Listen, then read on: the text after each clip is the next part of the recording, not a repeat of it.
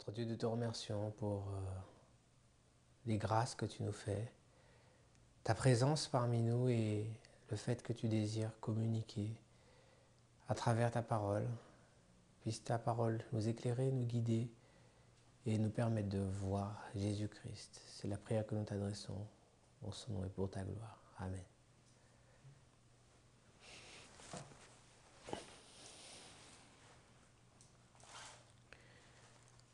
Bonjour à tous et à toutes.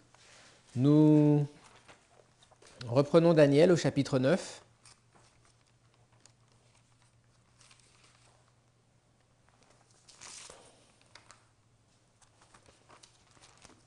Daniel dans le chapitre 9 et nous étions en train de comprendre ce qui a permis à Daniel de comprendre les livres. Daniel chapitre 9 verset 2, la première année de son règne, moi Daniel, je vis par les livres qu'il devait s'écouler 70 ans pour les ruines de Jérusalem, d'après le nombre des années dont l'Éternel avait parlé à Jérémie le prophète. Lorsque Daniel va comprendre ce dont il est question dans les livres, il va mettre en parallèle ligne après ligne. Il va comparer écriture après écriture. Et notamment, il va comprendre 2 Chroniques au chapitre 36, au verset 21 que nous avons vu. Il va comprendre la prière d'intercession que Dieu demande à faire lorsque les enfants de Dieu vont revenir vers lui. Il va comprendre que la malédiction de la captivité est due au fait d'avoir abandonné l'alliance, au fait d'avoir violé le serment fait dans Lévitique chapitre 26. Et nous avons vu que cette compréhension était à la base du mouvement millérite. C'est cette première prophétie des 7 temps, les 2520 jours, que William Miller va découvrir et qui vont lui donner le premier indicateur pointant vers l'année 1843. Alors il y a beaucoup de faits notables autour de cette prophétie.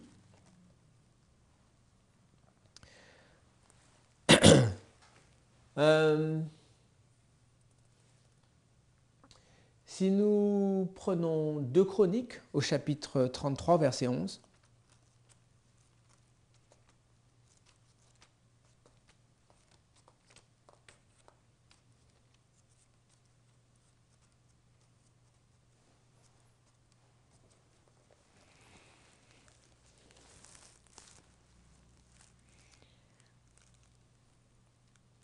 nous lirons à partir du verset 9.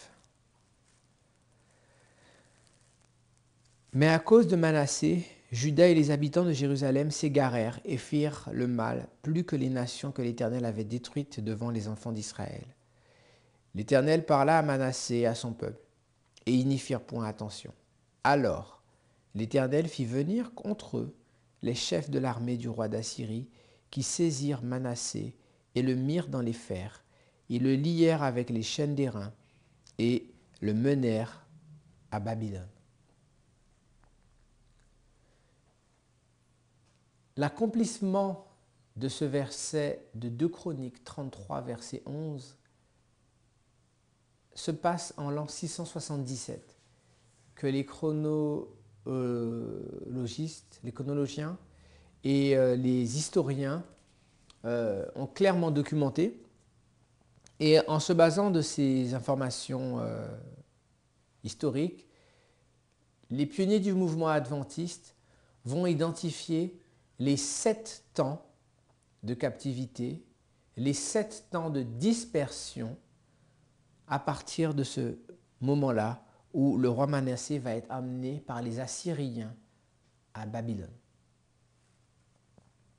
Donc ce verset de 2 Chroniques 33, verset 11 se passe en l'an 677 avant Jésus-Christ. Et lorsqu'on calcule 7 temps à partir de 677 avant Jésus-Christ, 7 temps, c'est égal à 7 années, des années prophétiques. Mais les années prophétiques, ce sont des années qui contiennent 12 mois de 30 jours.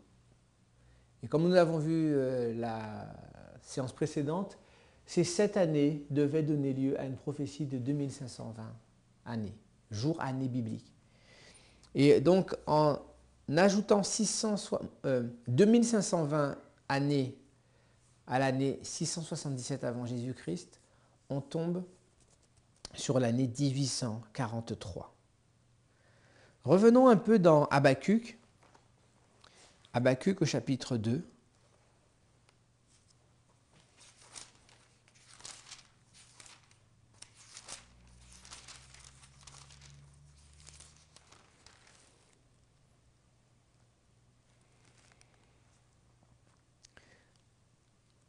Verset 2. L'Éternel m'adressa la parole et il dit, écris la prophétie, grave-la sur des tables, afin qu'on la lise couramment. Car c'est une prophétie dont le temps est déjà fixé. Elle marche vers son terme et elle ne mentira pas. Si elle tarde, attends-la, car elle s'accomplira. Elle s'accomplira certainement. Dans la tragédie des siècles, à la page 424 ainsi qu'à la page 380, nous voyons que les premiers adventistes avaient identifié la réalisation de cette charte comme étant l'accomplissement de ce verset d'Habakkuk 2, versets 2 à 4. Et une des caractéristiques qui est donnée dans cette portion de l'Écriture, c'est que la prophétie ne mentait pas. En d'autres termes, même si elle semblait apparemment tarder, elle allait s'accomplir. Dieu montrait par là qu'il avait déjà prévu d'avance que les Millérites allaient commettre une erreur dans certains des chiffres. Nous allons revenir à cela un petit peu plus tard. La prophétie des 7 temps de Lévitique est une prophétie qu'on retrouve dans plusieurs passages de la Bible. Sa portée spirituelle est assez simple à comprendre. Lorsqu'on est fidèle à Dieu, on est béni. Lorsqu'on est infidèle, la malédiction tombe sur nous. Lorsqu'on est infidèle, on est dispersé. Lorsqu'on revient vers Dieu, on est rassemblé. Donc, Lévitique 26, qui est le parallèle de Deutéronome 28, explique les conditions de vie du peuple de Dieu selon qu'il obéisse à l'alliance ou selon qu'il viole les termes de l'alliance. Alors, je vous disais que cette prophétie est illustrée à maintes reprises dans la Bible et que les pionniers de l'adventisme avaient identifié les 2520 jours à partir du moment où Manassé avait été amené captif par les Assyriens. Mais on se rappelle que les pionniers adventistes étaient des diligents, des étudiants diligents de la parole de Dieu. Et dans leur rang, un homme nommé Hiram Edson, pour ceux qui ne savent pas, Hiram Edson est l'homme qui va recevoir la vision du sanctuaire lorsqu'il traverse un champ de blé. Suite au désappointement du 22 octobre 1844, il est en train de marcher avec un frère à la rencontre d'autres frères pour s'encourager. Et tandis qu'il traverse ce champ, il a une vision du sanctuaire et particulièrement le lieu très saint avec l'arche de l'Alliance et le coffre. À l'intérieur de ce coffre, les 10 commandements et le 4e auréolé d'une gloire particulière. Donc cet homme, Hiram Edson, va étudier les 7 temps de Lévitique 26, mais va faire la constatation suivante. On se rappelle que suite au péché de la maison de David, l'empire va être divisé en 2. Vous vous rappelez de cela? Alors que le royaume était un, il va y avoir un chiisme avec Roboam et Jéroboam. Et partant de ce fait, Hiram Edson va conclure que l'année 677, en réalité, est l'année où les tribus du sud ont été emmenées captives. N'est-ce pas? Mais si on regarde l'histoire, les tribus du nord avaient été emmenées captives avant Manassé. Et ça, les historiens, les chroniqueurs attribuent cette déportation à l'an 723 avant Jésus-Christ. Donc, que va faire Hiram Edson? Il va montrer que, en réalité, les 2520, il faut les compter à partir du moment où les tribus du nord ont été déportées. Est-ce que je suis en train de vous perdre? On va récapituler. William Miller identifie le point de départ de la prophétie des 2520 comme étant l'année où Manassé va être amené captif par les Assyriens à Babylone. Ça, c'est l'année 677. Mais dans le mouvement millérite, des jeunes hommes vont se mettre à étudier et ils se rendent compte que, en réalité, les tribus du sud, Juda et Benjamin, ils vont être amenés en captivité après que les tribus du nord aient été emmenées en captivité. Ça va maintenant? Et les tribus du nord, elles ont été emmenées en captivité plusieurs années auparavant. Ce n'est pas en l'an 677, mais c'est en l'an 723 avant Jésus-Christ. Et chose remarquable, lorsqu'on compte 2520 jours ou 2520 années à partir de 723 avant Jésus-Christ. En quelle année tombe-t-on?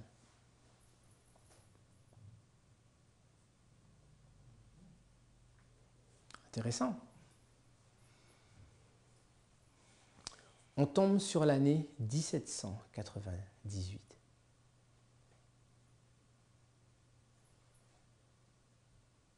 Et voilà quelque chose d'assez étonnant, car que l'on prenne la compréhension de William Miller ou que l'on prenne la compréhension d'Edson à propos des 2520, les deux amènent sur des dates qui sont des piliers importants de l'histoire millérite. Et Hiram Edson va sortir un argument de poids. Lorsque on prend comme point de départ la déportation des tribus du Nord, les 2520 sont divisés en deux. 1260 années d'oppression papale, 1260 années d'oppression païenne. Et il faut savoir qu'une des bases de la compréhension prophétique des millérites est que Satan exerce deux puissances pour la destruction du plan du salut, le paganisme et la papauté. Et lorsque Edson identifie cette lignée des 2520, il dit que c'est celle-ci que nous devons prendre en compte. Alors, y avait-il des accords ou incohérences? Non, premièrement, car William Miller avait identifié aussi cette ligne des 2520. Mais rappelez-vous ce que William Miller était en train de prêcher. Il était en train de prêcher le message du premier ange. Craignez Dieu et donnez-lui gloire, car l'heure de son jugement est venue. Et toute l'attention des millérites était portée sur l'année 1843. C'est pour ça que William Miller fait le choix de prendre en compte la déportation des tribus du Sud. Mais quelque chose de formidable, c'est que Dieu, à la fin du monde, il permet aux étudiants de la prophétie de comprendre qu'en réalité, les deux lignes de 2520 découvertes par les pionniers de notre mouvement, les deux étaient valables et encore bien plus que cela. Les deux se complémentent et s'accordent. Si nous prenons la période qui va de 1798 à 1844, combien d'années cela nous donne-t-il?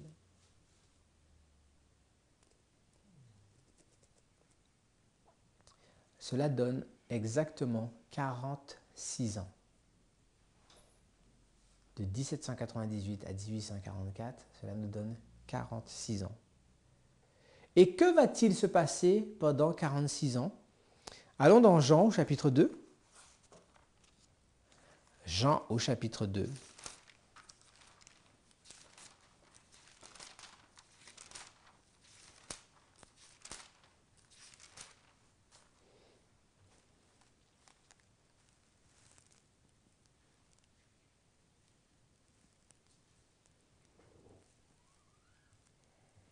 Nous allons lire à partir du verset 13.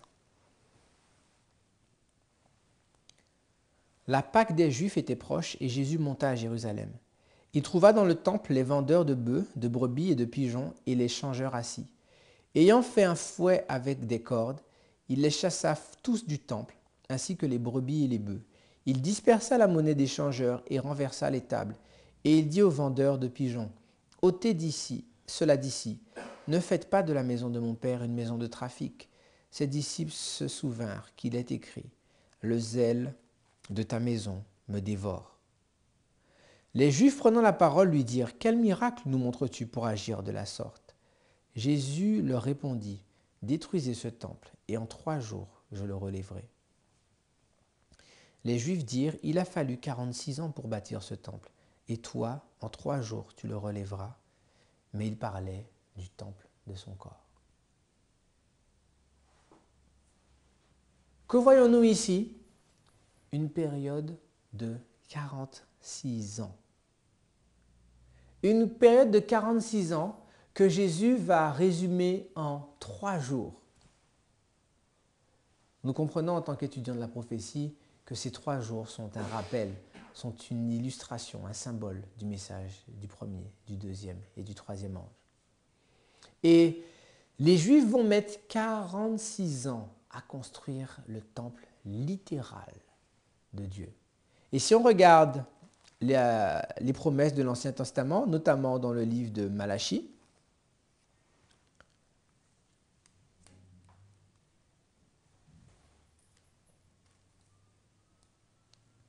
Malachie chapitre 3, nous lirons à partir du verset 1er.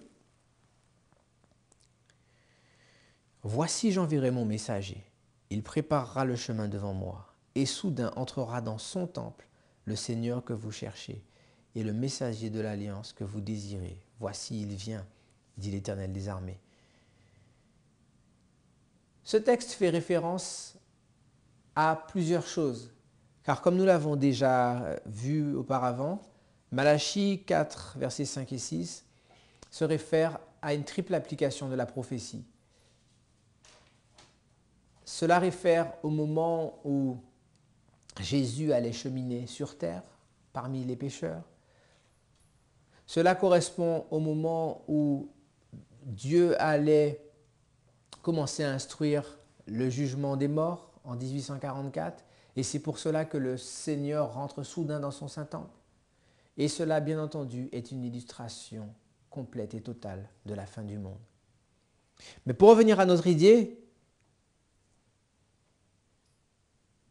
lorsque le Seigneur va rentrer soudain dans son Saint-Temple, le 22 octobre 1844, cela doit présupposer que le temple doit être bâti. Car que s'était-il passé pendant un temps, des temps, la moitié d'un temps? Le temple spirituel de l'Éternel, ainsi que l'armée de l'Éternel, avait été détruite. Ils avaient été foulés aux pieds par l'entité représentée par la petite corne. Et que va faire l'Éternel entre 1798 et 1844? Il va reconstruire un temple spirituel. Les 2 lignes de 2520 jours sont une prophétie annonçant la promesse de restauration du temple spirituel de l'Éternel. Et comment cette reconstruction spirituelle allait-elle se faire? Avec la même symbolique que le temple littéral s'était fait. Vous vous rappelez combien de décrets avait-il fallu pour construire le temple? Il en avait fallu 3. Cyrus, Darius, Artaxerxès. Combien de décrets va-t-il falloir pour reconstruire le temple spirituel de l'Éternel? Il va en falloir 3. Le message du premier, du deuxième et du troisième ange. Ainsi, plus que toute autre prophétie sur cette charte, la prophétie des 7 temps, les 2520 de Lévitique 26, sont un fondement du message et de l'eschatologie adventiste.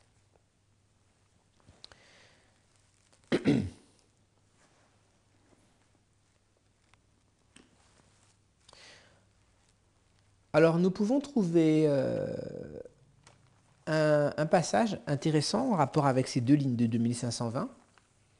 C'est Ésaïe au chapitre 7.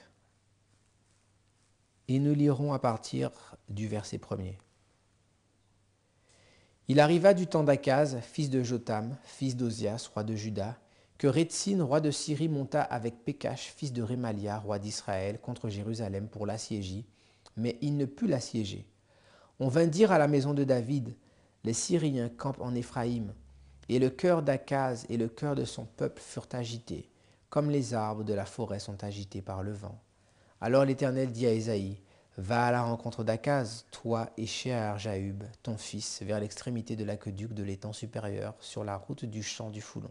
Et dis-lui, sois tranquille, ne crains rien, et que ton cœur ne s'alarme pas devant ces 2 bouts de tison fumant, devant la colère de Rétsine et de la Syrie et du fils de Rémalia, de ce que la Syrie médite du mal contre toi, de ce qu'Éphraïm et le fils de Rémalia disent, montons contre Juda, assiégeons la ville et battons-la en brèche. Et proclamons-y pour roi le fils de Tabéel. Ainsi parle le Seigneur l'Éternel. Cela n'arrivera pas, cela n'aura pas lieu, car Damas est la tête de la Syrie et Rétsine est la tête de Damas. Encore 65 ans, Éphraïm ne sera plus un peuple. La Samarie est la tête d'Éphraïm et le fils de Rémalia est la tête de la Samarie. Si vous ne croyez pas, vous ne subsisterez pas.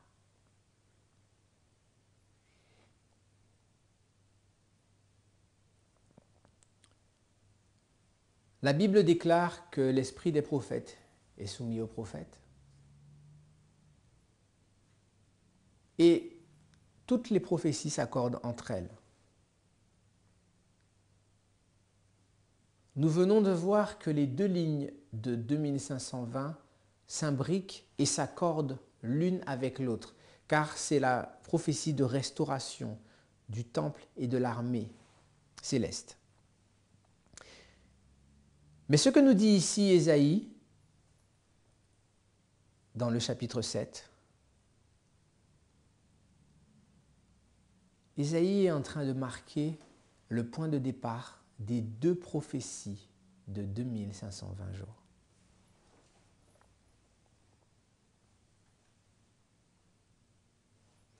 Le roi de Juda, donc le roi des tribus du sud, est menacé.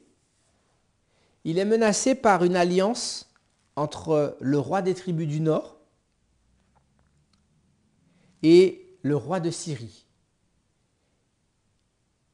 On assiste ici à une guerre civile. Le royaume d'Israël va faire la guerre avec le royaume de Juda et le royaume d'Israël va prendre un associé. Ce sont les Syriens. Et devant cette menace, l'Éternel va envoyer un réconfort au roi Akaz. L'Éternel va envoyer Ésaïe pour le rassurer de ne pas avoir peur. Parce que le verset 2 nous dit le cœur d'Akaz et le cœur de son peuple furent agités, comme les arbres de la forêt sont agités par le vent. Et ce qu'on peut voir d'intéressant, c'est une remarque, une parenthèse, lorsque le cœur du peuple de Dieu est agité, lorsque nous sommes agités comme les arbres des forêts, agités par le vent, vous savez où se trouve le message de réconfort pour le peuple de Dieu? Dans la parole certaine de la prophétie, dans les messages d'avertissement et de réconfort que donnent les prophètes. Car dans les prophéties, celui qui est l'alpha et l'oméga est en train d'expliquer au peuple de Dieu sa destinée en montrant la fin dès le commencement. C'est pour ça qu'il va dire au verset 9, « Si vous ne croyez pas, vous ne subsisterez pas. » Lorsque nous avons des épreuves, lorsque nous avons des doutes, des questionnements, la réponse est dans la parole certaine de la prophétie. Car la prophétie est l'évangile. L'évangile est le salut en Jésus-Christ. Jamais possible de dissocier l'évangile et les prophéties. Mais on retrouve une caractéristique commune au peuple de Dieu. Lorsque Dieu envoie un prophète, est-il souvent écouté? Non. Car regardez ce que va dire le verset 10, Ésaïe 7, verset 10. L'Éternel parla de nouveau à Akaz et lui dit, « Demande en ta faveur un signe à l'Éternel ton Dieu. Demande-le soit dans les lieux bas, soit dans les lieux élevés. » Akaz répondit, « Je ne demanderai rien, je ne tenterai pas l'Éternel. » On pourrait croire que c'est de l'humilité, mais pas du tout. Car regardez ce que va lui dire Ésaïe. Ésaïe dit alors, « Écoutez donc, maison de David, est-ce trop peu pour vous de lasser la patience des hommes que vous lassiez encore celle de mon Dieu? C'est pourquoi le Seigneur lui-même vous donnera un signe. Voici la Vierge deviendra enceinte. Elle enfantera un fils et lui donnera le nom d'Emmanuel. » Dans la promesse de protection et de salut pour la nation, le prophète annonce au roi que l'alliance établie contre lui ne pourra pas tenir. Et que pour être établi, il doit non seulement faire confiance à la parole qui lui est donnée, mais il doit demander à l'Éternel un signe. Le roi va-t-il croire à la promesse? Le roi va-t-il rentrer dans les exigences demandées par le Seigneur? La réponse est non. Et pour donner écho à cette prophétie, voilà ce que l'Éternel va faire. Il va donner un signe. Et quel est ce signe? La Vierge sera enceinte. Une fois de plus, on retrouve au cœur du message prophétique la présence, la révélation et l'action de Jésus-Christ pour le salut des hommes. Mais nous étions en train de dire que ce chapitre d'Ésaïe, chapitre 7, est en train de nous montrer le point de départ des deux périodes de 2520. Toujours d'après les données des chroniqueurs bibliques, une des personnalités les plus célèbres en ce qui concerne la datation biblique est James Ussher. Et dans la chronologie de James Ussher, ce passage d'Ésaïe chapitre 7 se passe en l'an 742 avant Jésus-Christ.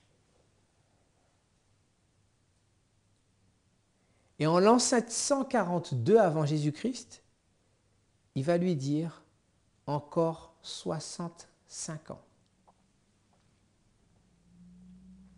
Et Éphraïm ne sera plus un peuple. Donc en 742, il est en train de lui donner un intervalle de 65 ans. Et dans cet intervalle de 65 ans, Les 65 ans mènent à l'année 677.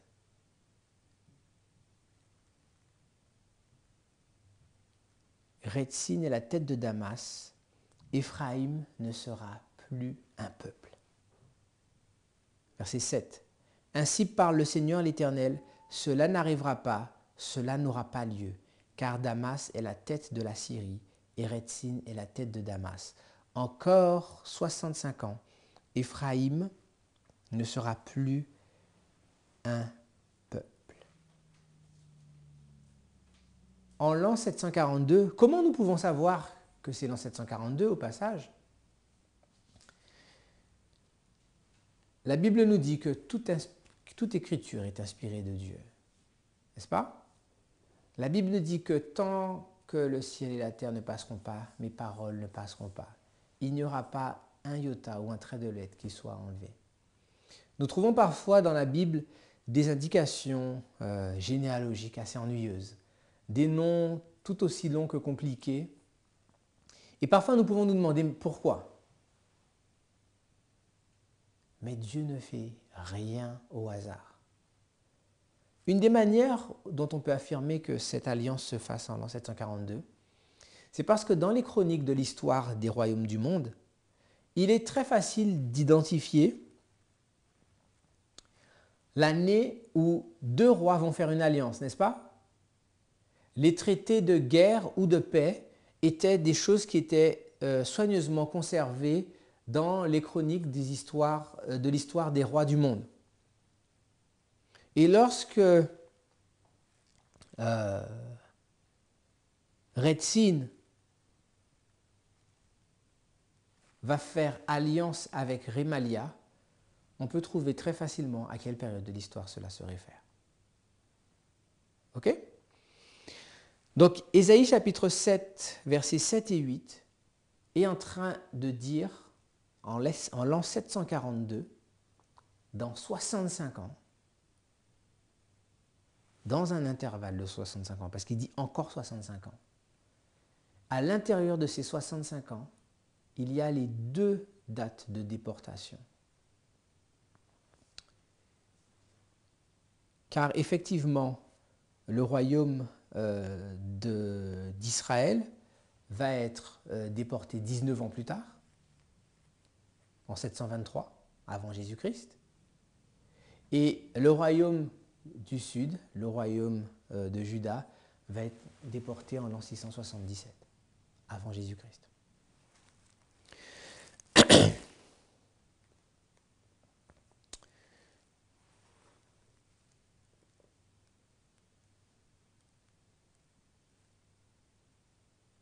Donc notez la chose suivante. Ésaïe 7 nous permet de faire le lien entre les deux périodes de 2520 et nous ajoute une indication intéressante, c'est qu'on est dans un contexte de guerre civile. Très bien. Nous avons dit un petit peu plus tôt que les 7 temps ou les 2520 jours sont exposés de plusieurs manières dans la Bible. Allons ensemble dans Daniel. Dans Daniel au chapitre 4.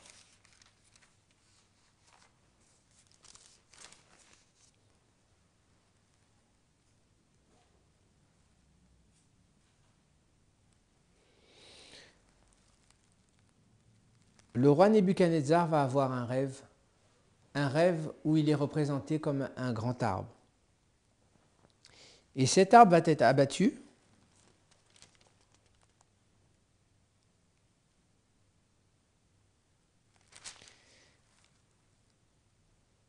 Et nous allons lire à partir du verset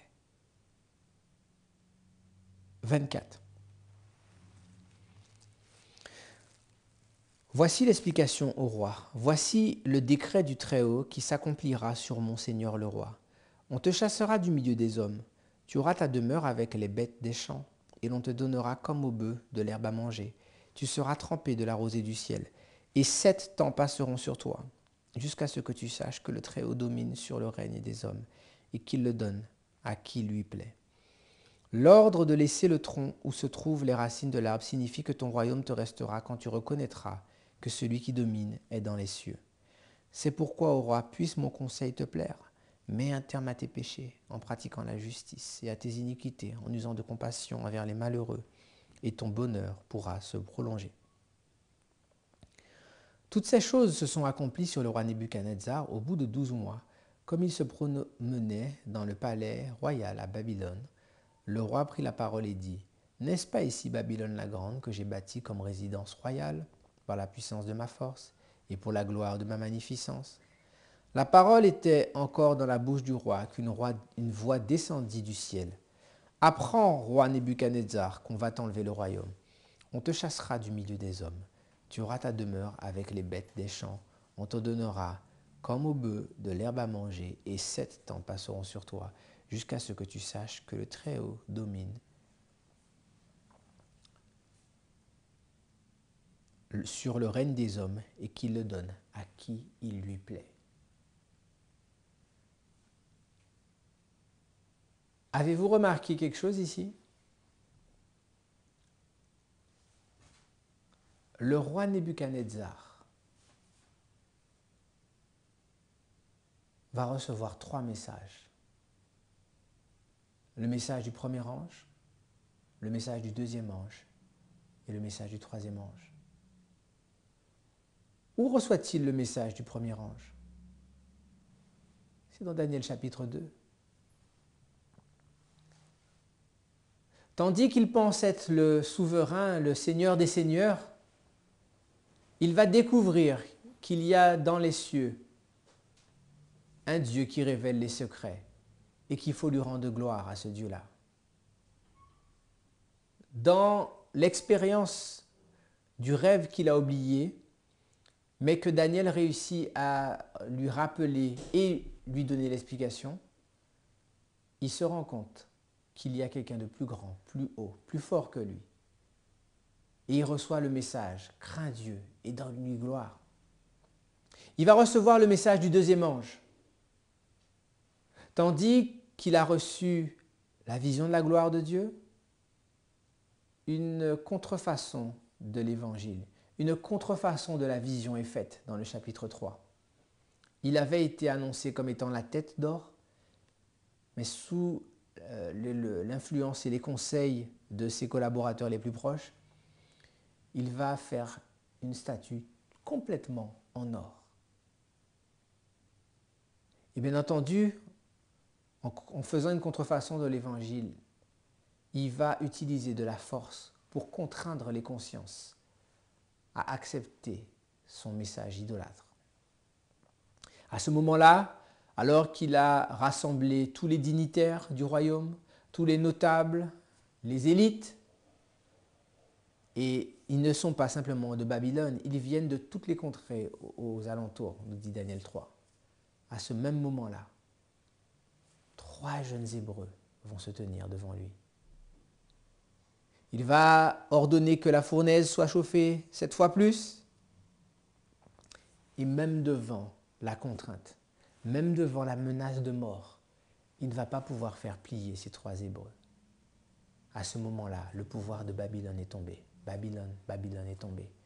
Car le souverain, le seigneur de la terre, ne réussit pas à faire plier 3 jeunes Hébreux pour qu'ils adorent sa statue. Babylone n'a aucun pouvoir sur ceux qui ont le sceau de Dieu. À ce même moment-là, un 4e va intervenir dans la fournaise.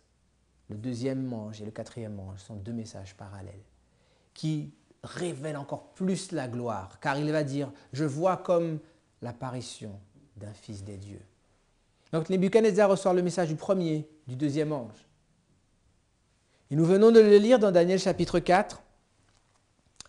Il reçoit un dernier message. « Ô roi, mets un terme à tes péchés, afin que le jugement ne tombe pas sur toi. Car le royaume va t'être enlevé. Pendant combien de temps? 7 temps. » Lorsque le message du 3e ange arrive, l'exécution du jugement arrive et tombe sur le roi Nebuchadnezzar. Et en quoi consiste son jugement? il va être mis parmi les bêtes, c'est ce que nous dit le verset 32. On te chassera du milieu des hommes, tu auras ta demeure avec les bêtes des champs, on te donnera comme aux bœufs de l'herbe à manger, et 7 ans passeront sur toi, jusqu'à ce que tu saches que le Très-Haut domine sur le règne des hommes, et qu'il le donne à qui il lui plaît.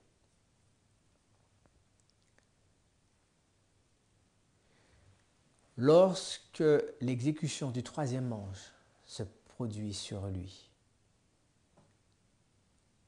Nebuchadnezzar est dispersé.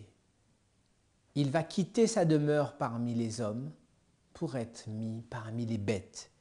Et ce que dit le verset 34, après le temps marqué, vous pourrez noter cette expression, le temps marqué, et vous la retrouvez dans le livre de Daniel à plusieurs reprises.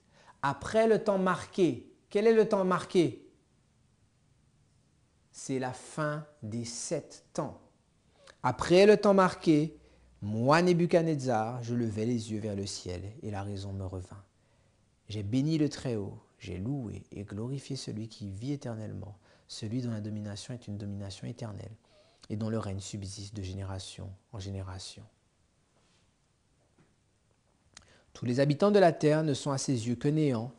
Il agit comme il lui plaît avec l'armée des cieux.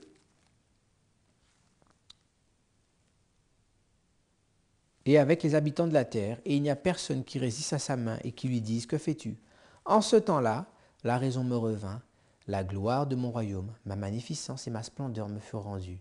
Mes conseillers et mes grands me redemandèrent. Je fus rétabli dans mon royaume, et ma puissance ne fit que s'accroître. Maintenant, moi, Nebuchadnezzar, je loue, j'exalte et je glorifie le roi des cieux, dont toutes les œuvres sont vraies et les voies justes, et qui peut abaisser ceux qui marchent avec orgueil. L'œuvre du 3e ange est d'abaisser l'orgueil humain dans la poussière, afin de le faire contempler et accepter le divin. On voit ici que Nebuchadnezzar est arrêté pendant 7 ans, 7 années. Que représente cette année? 2520 jours. Et à l'issue de ces 2520 jours, il va dire « La raison me revint ». Après avoir été dispersé, Nebuchadnezzar est rassemblé. Et cela nous montre une des caractéristiques de Dieu, son immutabilité et son amour. Dieu ne fait pas d'acception de personne, nous dit la Bible. La même manière dont il agit avec son peuple, c'est la même manière dont il agit avec ceux qui ne le connaissent pas encore. Nebuchadnezzar ayant reçu les mêmes messages d'avertissement, il est jugé avec la même mesure. 3 messages, 2520. Mais la Bible dit que Dieu ne désire pas que le méchant meure, mais il use de patience, afin que tous parvinssent à la repentance. Et l'exécution de ces 7 temps sur Nebuchadnezzar sont un outil pour ramener le roi à adorer le Dieu du ciel. Après ce jugement, ce châtiment qui tombe sur lui, le roi va être restauré. Allons maintenant dans Daniel au chapitre 5. Nous lirons à partir du verset 1er. Le roi Belchazzar donna un grand festin, assez grand, au nombre de 1000, et il but du vin en leur présence. Belchazzar, quand il eut goûté au vin, fit apporter les vases d'or et d'argent que son père Nebuchadnezzar avait enlevés du temple de Jérusalem, afin que le roi et ses grands, ses femmes et ses concubines s'en servent pour boire. On leur apporta les vases d'or qui avaient été enlevés du temple de la maison de Dieu à Jérusalem, et le roi et ses grands, ses femmes et ses concubines s'en servirent pour boire. Ils burent du vin, et ils louèrent les dieux d'or, d'argent, d'airain, de fer, de bois et de pierre. En ce moment apparurent les doigts d'une main d'homme, et ils écrivirent en face du chandelier sur la chaux de la muraille du palais royal. Le roi vit cette extrémité de main qui écrivait. Alors le roi changea de couleur, et ses pensées le troublèrent. Les jointures de ses reins se relâchèrent, et ses genoux se heurtèrent l'un contre l'autre. Le roi cria avec force qu'on fasse venir les astrologues, les chaldéens et les devins. Et le roi prit la parole et dit aux sages de Babylone, « Quiconque lira cette écriture et m'en donnera l'explication, sera revêtu de pourpre, portera un collier d'or à son cou et aura la 3e place dans le gouvernement du royaume. On voit ici une grande célébration idolâtre, tout en ayant connu l'histoire qui était arrivée à Nebuchadnezzar. Le roi Belchazzar va s'enfoncer dans l'idolâtrie. Et il va commettre quelque chose que n'avait pas fait Nebuchadnezzar. Il va insulter le Dieu d'Israël en prenant la vaisselle sacrée et en donnant à ses concubines, à ses convives, à boire du vin de Babylone dans les vaisselles consacrées à l'Éternel.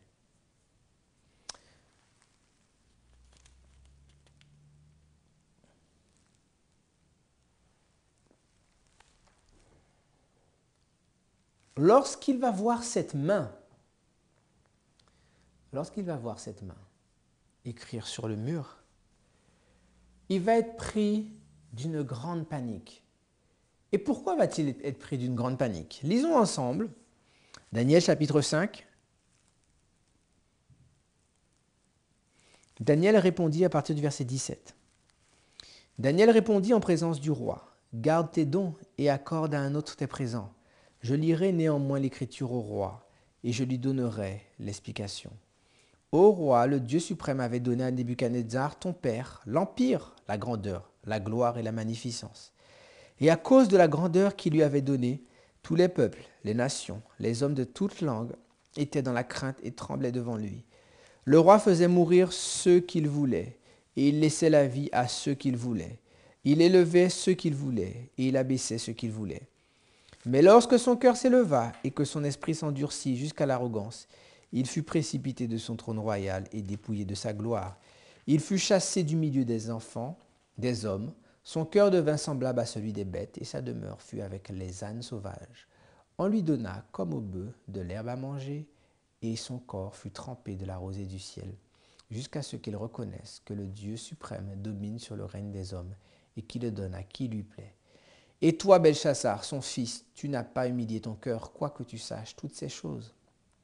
Tu t'es élevé contre le Seigneur des cieux, les vases de sa maison ont été apportés devant toi, et vous vous en êtes servis pour boire du vin, toi et tes grands, tes femmes et tes concubines.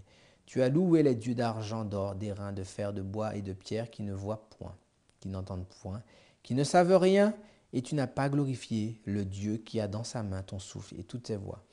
C'est pourquoi il a envoyé cette extrémité de main qui a tracé cette écriture. Voici l'écriture qui a été tracée. Méné, Méné, Tekel, Upharsin, compter, compter, peser et diviser. Et voici l'explication de ces mots. Compter, Dieu a compté ton règne et y a mis fin. Peser, tu as été pesé dans la balance et tu as été trouvé léger. Diviser, ton royaume sera divisé et donné aux Mèdes et aux Perses. Aussitôt, Belchazzar donna des ordres et l'on revêtit Daniel de pourpre et on lui mit au cou un collier d'or et on publia qu'il aurait la 3e place dans le gouvernement du royaume. Cette même nuit, Belchazzar, roi des Chaldéens, fut tué et Darius le Mède s'empara du royaume étant âgé de 62 ans.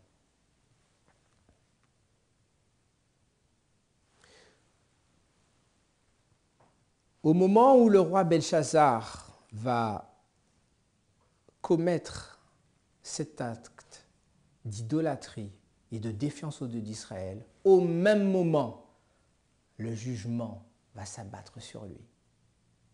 Car à travers l'histoire de Nebuchadnezzar,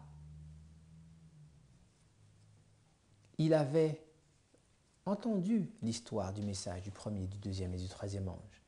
Mais il ne s'est pas humilié. Il n'a pas plié son cœur pour honorer et glorifier le Dieu des cieux. Bien au contraire, il s'est élevé au-dessus de lui et l'a insulté. À ce moment-là, la sentence va être écrite sur le mur. Et cette phrase, compter, compter, peser, diviser, Méné, Méné, Tekel, Upharsin, c'est une expression qui désigne une valeur monétaire. Et lorsqu'on convertit cette valeur monétaire chaldéenne dans la monnaie qui était utilisée pour les services du temple, à savoir le guéra, on retrouve 2520. Méné, Tekel, Upharsin donne 2520. Et que voyons-nous lorsque nous mettons Daniel chapitre 4 et Daniel chapitre 5 ensemble? On retrouve deux rois. Deux rois qui vont être jugés avec la même mesure, le message du premier, du deuxième et du troisième ange. Deux rois sur lesquels vont s'abattre la même chose, 2520. Mais dans un cas, l'un va être restauré, Nebuchadnezzar, l'autre va être éliminé pour toujours, Belshazzar. Et c'est le même motif que nous retrouvons au niveau des tribus. La tribu d'Israël ne sera plus jamais restaurée, tandis qu'une promesse de restauration avait été faite pour les tribus du sud. Donc je vous disais que ces 2520, ces 7 temps sont illustrés à maintes et maintes reprises dans la Bible. Si nous prenons le chapitre d'Ézéchiel, et nous allons commencer à rassembler nos dernières pensées pour cette présentation. Ézéchiel au chapitre 37.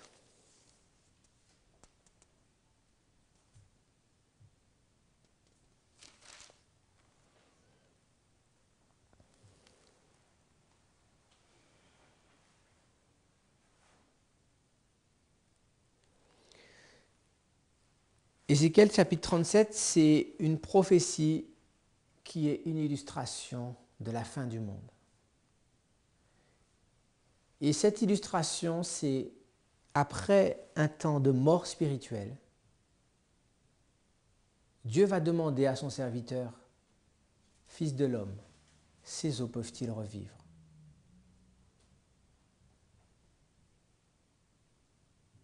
Ézéchiel va répondre, « Mais Seigneur, toi seul, tu le sais. » Tout comme nous n'avons pas la possibilité de dire ce qui va se passer. Qui peut dire qui est bon ou qui n'est pas bon? Nous n'avons pas cette prérogative.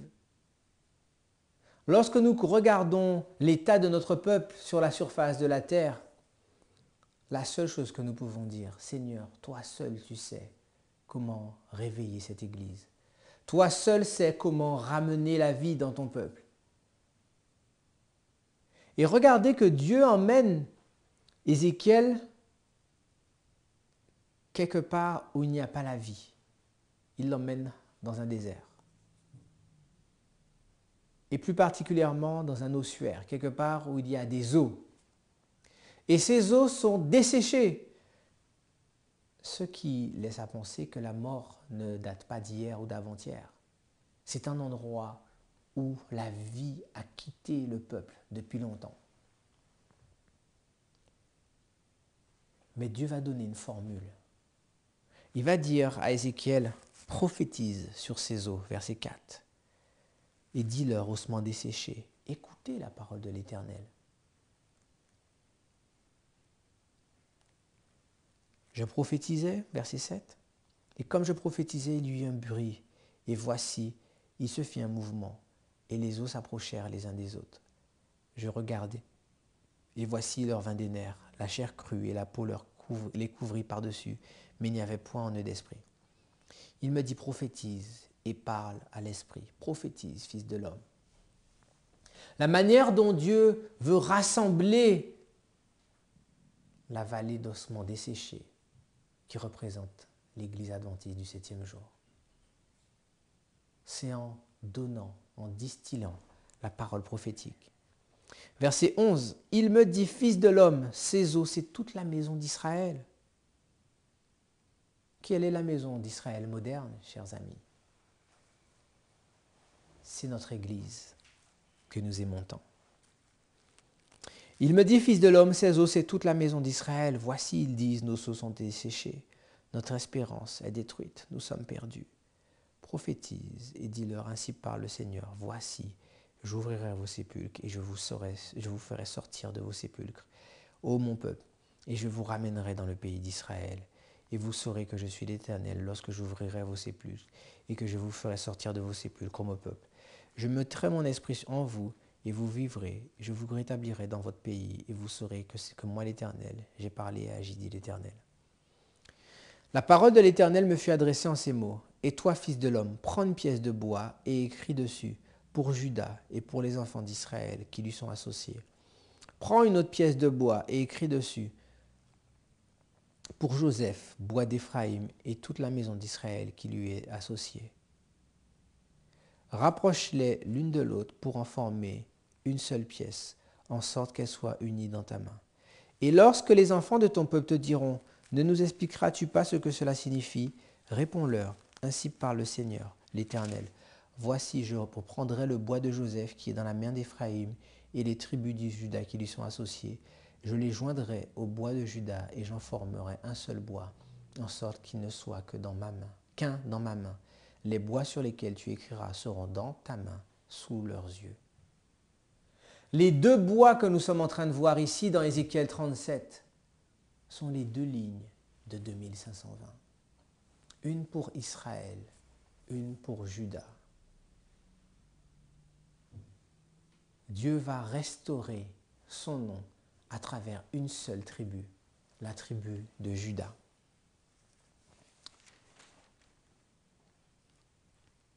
Alors, vous me direz, mais pourquoi insister tellement sur ces 2520? Pourquoi insister tellement sur ces 7 temps? Je vais vous inviter à prendre premiers écrits. C'est la page 82.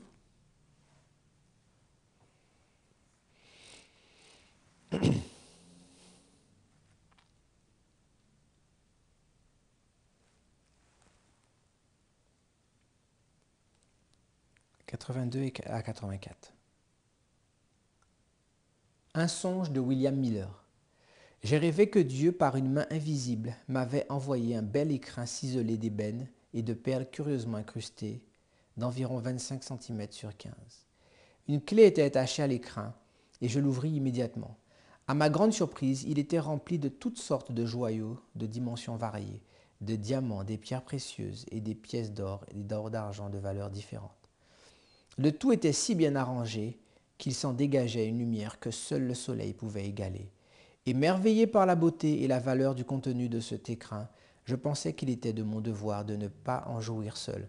Je le plaçai donc sur une table au milieu de ma chambre et demandai à tous ceux qui le désiraient de venir admirer ce que jamais œil humain n'avait contemplé. Les gens commencèrent à arriver, peu nombreux d'abord, puis augmentant petit à petit jusqu'à ce qu'il y ait foule. En apercevant les joyaux, ils poussèrent des cris d'admiration. Puis chacun voulut les toucher.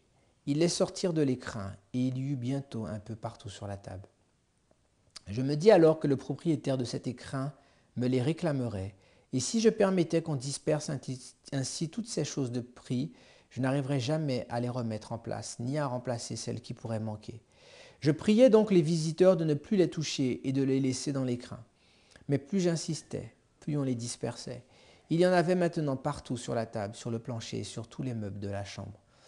Je m'aperçus même que parmi les bonnes pièces de monnaie et les vrais joyaux, il y en avait un grand nombre de faux. Je fus indigné de l'ingratitude et de la malhonnêteté de ces gens, et je leur adressais de violents reproches. Mais plus je m'énervais, plus ils éparpillaient de faux joyaux et de fausses pièces parmi les véritables. J'usais alors de grands moyens.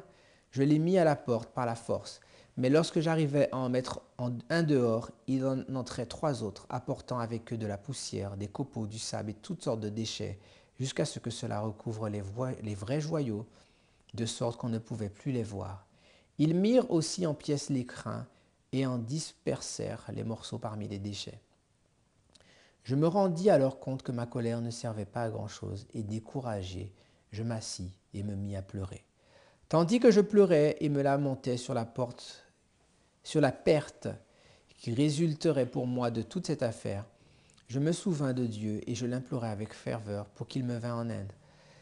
Immédiatement, la porte s'ouvrit et un homme entra, après que tout le monde fut sorti. Il tenait à la main un balai, il ouvrit les fenêtres et se mit à balayer la chambre et à la débarrasser des ordures.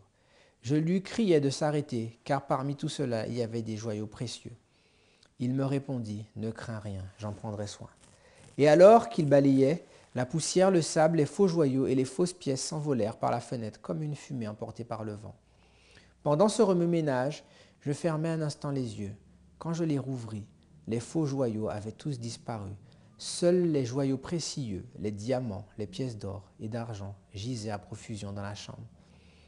L'homme mit sur la table un écrin beaucoup plus grand et beaucoup plus beau que l'autre et y rangea les joyaux et les pièces sans rien omettre, bien que quelques diamants n'avaient pas été plus grands qu'une tête d'épingle. Il m'appela pour venir voir ce qu'il avait fait. Je regardai dans l'écrin et mes yeux furent éblouis. Tout cela brillait 10 fois plus qu'auparavant. Je pensais alors que les joyaux avaient été polis par le sable et les pieds des méchantes personnes qui les avaient dispersés sur le plancher. Ils étaient bien arrangés dans l'écrin par cet homme, chacun à sa place et sans peine visible. Je poussai un cri de joie et ce cri me réveilla. Nous verrons dans notre prochaine présentation ce que signifie ce rêve de William Miller et je vous invite à terminer ensemble par la prière.